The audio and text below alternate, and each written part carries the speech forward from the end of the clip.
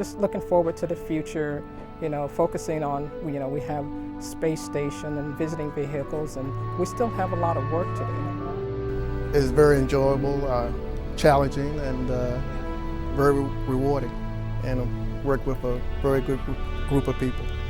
I guess about 2 or 3 years ago when it was announced that this was going to be the last shuttle, no one really believed it. They figured that something would come up and we're going to have another shuttle and another shuttle, but I guess all good things have to end at one point. And liftoff of the Delta II with the NTP satellite, blazing the way in new technology for climate research and weather forecasting.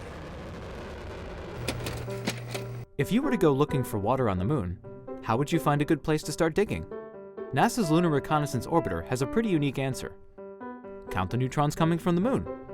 LRO's LEND instrument, or Lunar Explorer Neutron Detector, is specifically designed to do just this.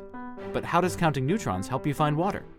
The answer lies in hydrogen, the smallest atom, and how those neutrons interact with it. So where do those neutrons come from, and what do they do?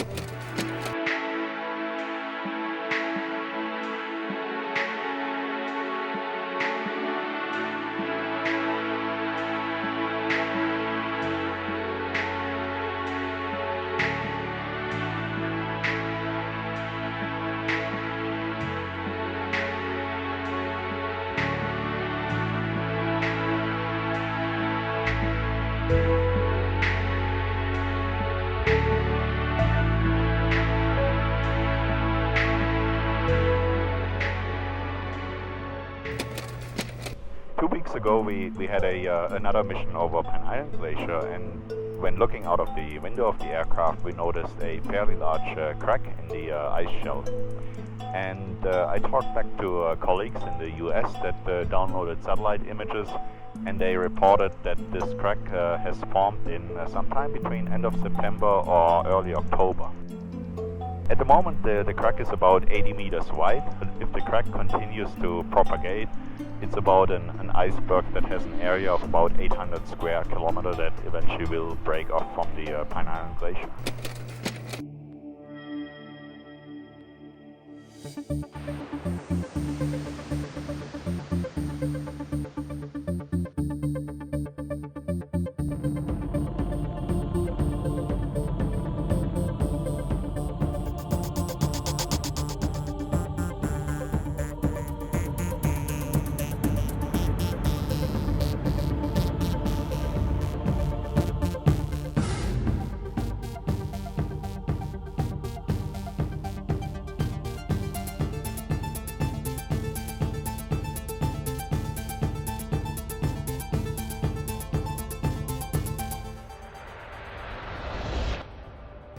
So this has implications for the origin of life on Earth.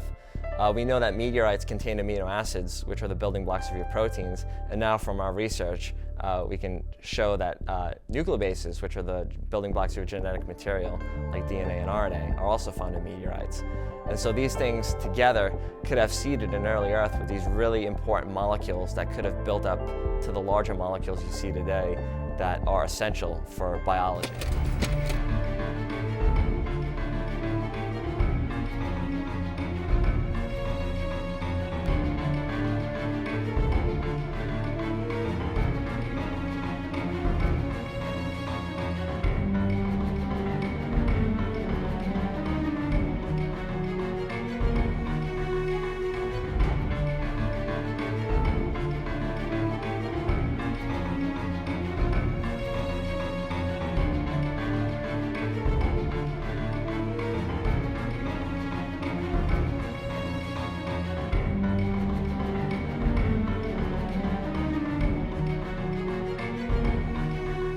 When we started working on the part, there was a lot that was already in place before we began actually conceptualizing what it would look like.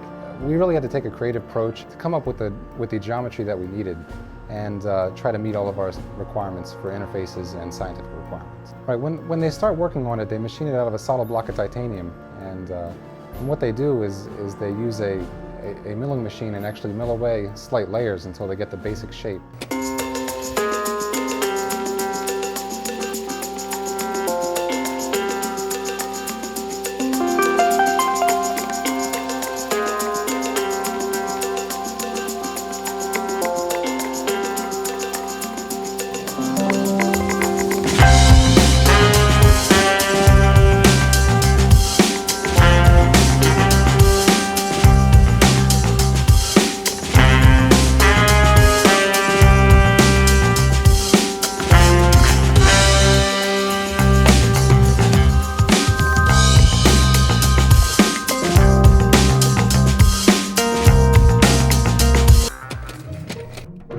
OSIRIS-REx is the acronym for Origins Spectral Interpretation Resource Identification Security Regolith Explorer.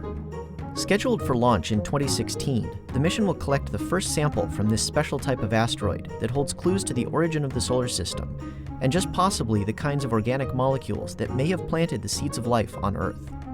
In 2023, the OSIRIS-REx mission will return a sample to Earth, where it will be studied by scientists for generations to come. MAVEN is the Mars Atmosphere and Volatile Evolution mission.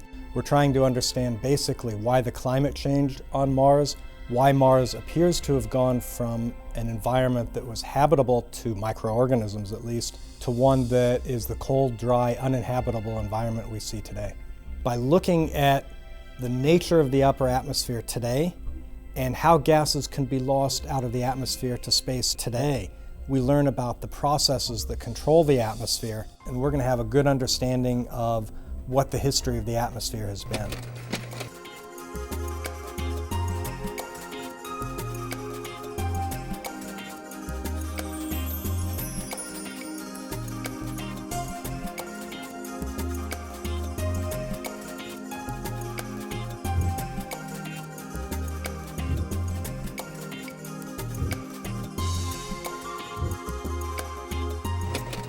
A next-generation space telescope designed to cause yet another giant leap forward in our understanding of the cosmos. It will carry some of the most advanced technologies ever placed on an orbiting observatory.